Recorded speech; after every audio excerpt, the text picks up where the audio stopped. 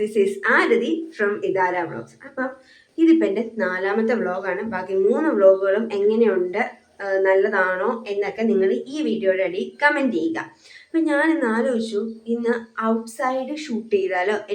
ഞാൻ കുറച്ച് ചെടികളൊക്കെ വെച്ചിട്ടുണ്ട്, ആ ചെടികളൊക്കെ ഒന്ന് നിങ്ങൾക്ക് പരിചയപ്പെടുത്തി തന്നാലോ എന്ന്. പക്ഷേ പകുതി ചെടിയുടെ പേരൊന്നും എനിക്കറിയത്തില്ല, അത് വേറെ കാര്യം. കുറേ ചെടികളൊന്നും പൂത്തിട്ടില്ല, അപ്പോൾ അത് ഏത് പൂവാന്ന് പോലും എനിക്കറിയത്തില്ല.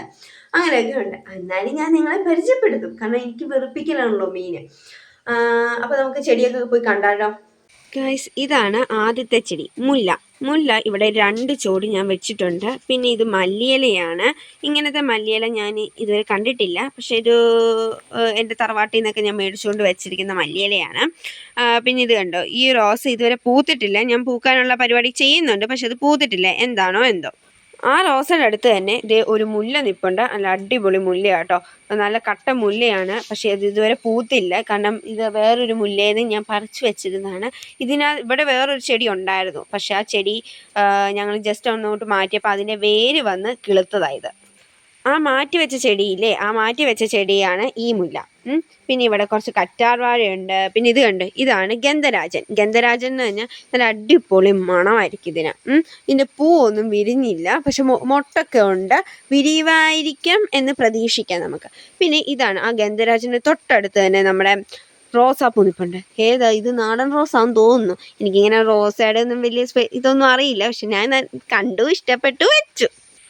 ഇത് കണ്ടോ, ഇത് നല്ല കട്ട ചെമ്പരത്തി. ഞാൻ പറഞ്ഞില്ലേ, ഇപ്പോൾ പൂക്കുന്ന സമയമൊന്നും അല്ലെന്ന് തോന്നുന്നു, അതുകൊണ്ടാണെന്ന് തോന്നുന്നു. പിന്നെ അതിൻ്റെ അടുത്ത് തന്നെ ഒരു നല്ല അടിപൊളി വലിയൊരു കണിക്കൊന്ന നിൽപ്പുണ്ട്. ഇത് നമ്മുടെ നന്ദ്യാർവട്ടം. ഞാൻ നല്ല രീതിയിൽ കാണിച്ചു തരാവേ, റോട്ടിലേക്കൊന്ന് ഇറങ്ങണം. പിന്നെ ഇത് കണ്ടോ, ഇവിടെയൊക്കെ ചെമ്പരത്തി ഉണ്ട്. ഇതൊരു മുല്ലയായിരുന്നു, പക്ഷേ ഞാൻ വെട്ടി ഇങ്ങനെയായി ഈ മുല്ല. ഇത് നല്ല ചുമന്ന ചെത്തിയാണ്, മറ്റേ ഔഷധ ചെത്തിയൊക്കെ പോലെ ഇരിക്കുന്ന ചെത്തിയാണ്. ഇത് കണ്ടോ, ഇതൊരു വയലറ്റ് കളർ പൂ ഉണ്ടാവും. പൂ ഇതുവരെ ഉണ്ടായിട്ടില്ല, കാരണം വെയിലില്ലാത്തതുകൊണ്ടാണെന്ന് തോന്നുന്നു.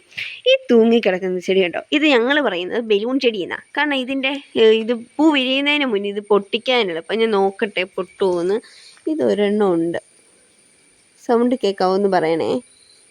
കണ്ടോ, ഒരു സൗണ്ട് കേട്ടില്ലേ, അതാണ് ബലൂൺ. അപ്പോൾ അത് ബലൂൺ ചെടി എന്ന് പറഞ്ഞാൽ ഇത് കെട്ടി വെച്ചിട്ടുണ്ട് ഞങ്ങൾ. അടിപൊളിയായിട്ട് പൂക്കുമായിരിക്കും. പൂത്തായിരുന്നു, ഇപ്പോൾ മഴയായതുകൊണ്ട് പൂക്കാഞ്ഞതാണ്. പിന്നെ ഇത് ബന്ദി, ഇതൊക്കെ ഞാൻ പുതിയതായിട്ട് ഇവിടെ നട്ടുപിടിപ്പിച്ച കേട്ടോ. ഇത് മഞ്ഞച്ചെത്തി, ഇത് അതിൻ്റെ തന്നെ. ഇത് ഏത് കളറാണ് ബന്ദിപ്പൂന്നൊന്നും അറിയില്ല. പിന്നെ ഇതൊക്കെ എൻ്റെ അമ്മയുടെ പരിപാടിയാണ്. ഇവിടെ തുളസിയൊക്കെ നട്ടു വെച്ചിരിക്കുന്നത്. ഇത് പിന്നെ ഏതോ ഒരു ടൈപ്പ്, ഇതിൻ്റെ പൂ ഞാൻ കാണിച്ചുതരാം. ഇതിൻ്റെ പൂ വേറൊരു സ്ഥലത്ത് പൂത്തിട്ടുണ്ട്, അത് ഇവിടെ വെച്ചിട്ടുണ്ട്. ഇതൊക്കെ വീടിൻ്റെ ഫ്രണ്ടിൽ തന്നെ. ഇതുണ്ട്, ഇവിടെ ഒരു ബന്ദിയുണ്ട്, പിന്നെ ഇവിടെ തുളസിയുണ്ട്, ഇവിടെ കുറേ ഒരു ചെടിയുണ്ട്, ആ ചെടിയുടെ പേര് മറന്നുപോയി ഗൈസ്. ഇവിടെ ചെത്തിയുണ്ട്. ഇതൊരു മാവാണേ. ഈ മാവേലേക്കാണ് ശംഖുപുഷ്പം കയറ്റി വിട്ടേക്കുന്നത്. കണ്ടോ, ഇവിടെ മൊത്തം കാടാണ്, അത് വേറെ കാര്യം. ഇതുണ്ടോ, ഇത് നമ്മുടെ വീടിന് ഫ്രണ്ടിലൊക്കെ വെക്കാവുന്ന ഒരു ഡെക്കോർ ഐറ്റംസ് പോലെ വെക്കാവുന്ന ഒരു ടൈപ്പ് ചെടിയാണെന്ന് തോന്നുന്നു. കണ്ടോ, ഇവിടെ പിന്നെ ഒരു തുളസിയുണ്ട്. പിന്നെ ഇവിടെ കണ്ടോ, സൂര്യകാന്തി എന്നാണ് തോന്നുന്നു പറയുന്നത്. പിന്നെ ഇവിടെ ആരും കണ്ടിട്ടില്ലാത്ത രീതിയിലുള്ള കുറച്ച് തുമ്പപ്പൂവുണ്ട്. പിന്നെ ഇതൊരു ടൈപ്പ് ചെടി, ചെമ്പരത്തി എന്ന് പറയും, കാരണം ഇതിനകത്ത് മുള്ളുണ്ട്.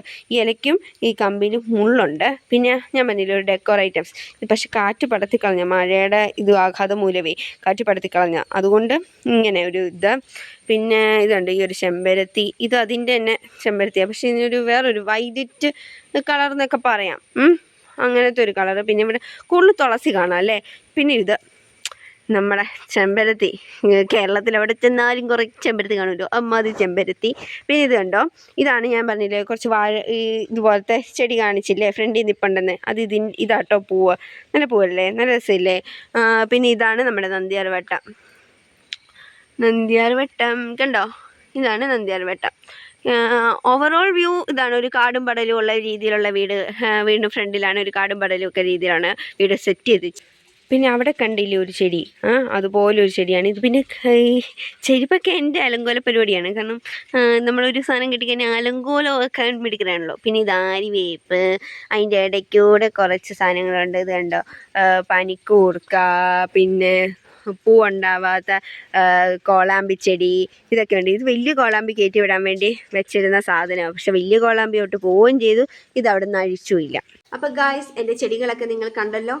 എങ്ങനെയുണ്ട്? അതിനെന്തെങ്കിലുമൊക്കെ ചെയ്യണമെങ്കിൽ നിങ്ങൾ അതും കമൻറ്റ് ചെയ്യുക കേട്ടോ. കാരണം ഞാൻ വലിയ ചെടി സംരക്ഷണമൊന്നുമല്ല, ഇതെല്ലാം ഇങ്ങനെ വെറുതെ അങ്ങ് നിൽക്കുന്നു, വെള്ളം ഒഴിക്കുന്ന പോലും ഇല്ല, മഴ പെയ്യുമ്പോൾ വെള്ളം വീഴുന്നു, ഇതൊക്കെയാണ് മെയിൻ. എനിക്ക് ചെടി സംരക്ഷണം ഒന്നും പറ്റില്ല ഗൈസ്, അതുകൊണ്ടാണ്. പിന്നെ നിങ്ങളെ എന്തെങ്കിലുമൊക്കെ പരിചയപ്പെടുത്തണ്ടേ, അത് നിങ്ങളെ വെറുപ്പിക്കണ്ടേ, അതുകൊണ്ട് മാത്രം ഒരു കണ്ടന്റ് എന്നുള്ള രീതിയിൽ ഞാൻ എടുത്താണ്. എങ്ങനെയുണ്ട് എന്നൊക്കെയുള്ള കമൻറ്റ് നിങ്ങൾ ചെയ്യുക. Bye bye.